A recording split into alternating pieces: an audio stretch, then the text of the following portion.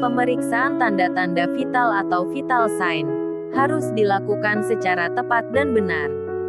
Dari tanda vital yang kita periksa, akan menunjukkan seberapa penting hal ini. Kali ini channel Gusti B akan menjelaskan secara detail tentang pemeriksaan tanda-tanda vital. Terlebih khusus tentang suhu tubuh. Suhu tubuh, kita biasa menyebut suhu tubuh untuk suhu badan manusia, yang dipengaruhi oleh berbagai faktor sehingga dapat mengalami perubahan.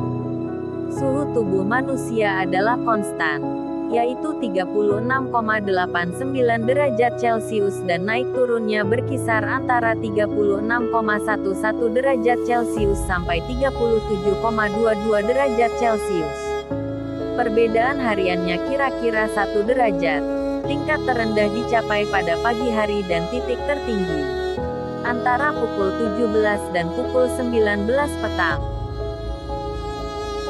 Perubahan dapat diakibatkan oleh berbagai faktor, seperti kecepatan metabolisme basal, rangsangan saraf simpatis, hormon pertumbuhan, hormon tiroid, demam peradangan, status gizi, aktivitas, jenis kelamin, dan usia individu. Faktor yang mempengaruhi suhu tubuh. 1. Kecepatan metabolisme basal. Metabolisme basal tiap individu berbeda kecepatannya. Hal ini menimbulkan jumlah panas yang diproduksi tubuh juga menjadi berbeda. 2. Rangsangan saraf simpatis. Rangsangan saraf simpatis dapat menyebabkan kecepatan metabolisme. Selain itu, rangsangan saraf simpatis dapat mencegah lemak coklat atau brown fat yang tertimbun dalam jaringan untuk dimetabolisme. Umumnya, rangsangan saraf simpatis ini dipengaruhi stres individu. Stres menyebabkan peningkatan produksi epinefrin dan norepinefrin yang meningkatkan metabolisme, sehingga suhu tubuh meningkat.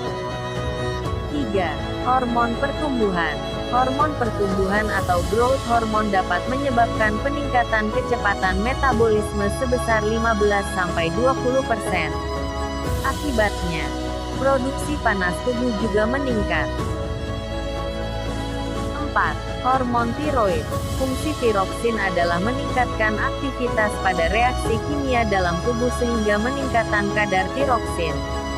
Dengan peningkatan hormon tiroksin akan mempengaruhi kecepatan metabolisme menjadi 50–100% di atas normal. 5. Hormon kelamin. Hormon kelamin pria dapat meningkatkan kecepatan metabolisme basal kira-kira 10–15% kecepatan normal. Dengan demikian akan menyebabkan peningkatan produksi panas. Pada perempuan, fluktuasi suhu lebih bervariasi daripada laki-laki karena pengeluaran hormon progesteron pada masa ovulasi meningkatkan suhu tubuh sekitar 0,3–0,6 derajat Celcius di atas suhu basal. 6. Demam peradangan. Proses peradangan dan demam dapat menyebabkan peningkatan metabolisme, sehingga dapat meningkatkan suhu tubuh. 7. Status gizi. Seseorang yang menderita malnutrisi yang cukup lama dapat menurunkan kecepatan metabolisme 20–30%. Hal ini terjadi karena di dalam sel kekurangan zat makanan yang dibutuhkan untuk mengadakan metabolisme, sehingga mudah mengalami penurunan suhu tubuh atau hipotermia. Selain itu, individu dengan lapisan lemak tebal cenderung tidak mudah mengalami hipotermia karena lemak merupakan isolator yang cukup baik. 8. Aktivitas. Aktivitas tubuh selain merangsang peningkatan laju metabolisme, juga mengakibatkan gesekan antar komponen otot atau organ yang menghasilkan energi termal. 9. Gangguan organ. Gangguan organ seperti trauma atau keganasan pada hipotalamus dapat menyebabkan mekanisme regulasi suhu tubuh mengalami gangguan. Berbagai zat pirogen yang dikeluarkan pada saat terjadi infeksi dapat merangsang peningkatan suhu tubuh. Kelainan kulit berupa jumlah kelenjar keringat yang sedikit juga dapat menyebabkan mekanisme pengaturan suhu tubuh terganggu. 10. Lingkungan. Suhu tubuh dapat mengalami pertukaran dengan lingkungan.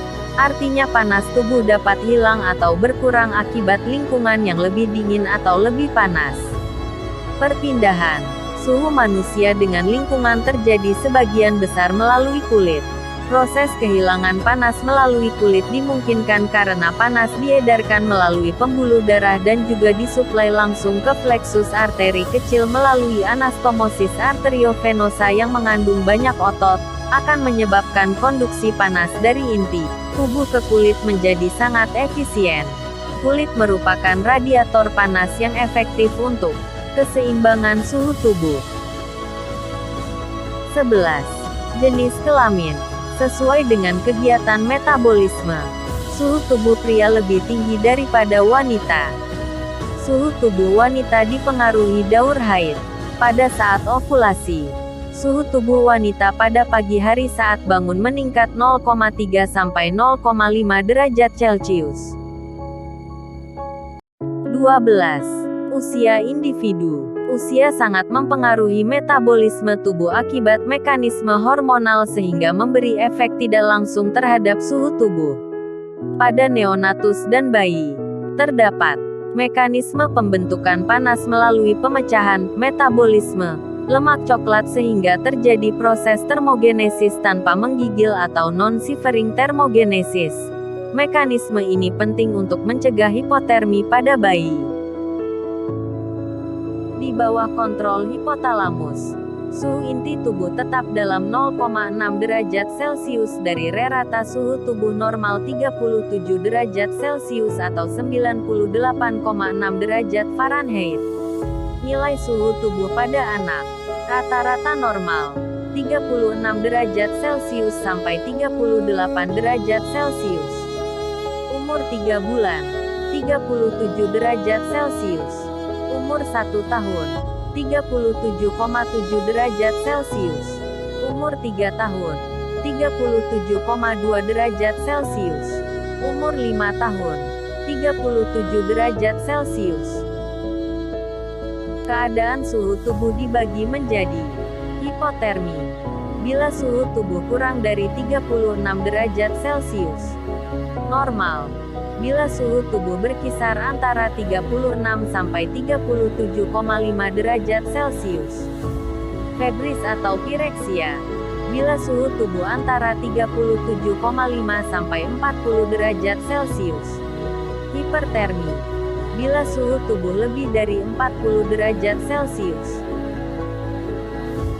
Tindakan yang dilakukan di rumah jika suhu tubuh meningkat atau panas atau demam adalah istirahat yang cukup, gunakan pakaian tipis dan nyaman, tinggal di ruangan dengan udara yang sejuk, banyak minum air agar tidak terjadi dehidrasi, kompres dengan air hangat, pemberian obat-obatan, seperti obat penurun demam sesuai dengan aturan pemakaian atau resep dokter.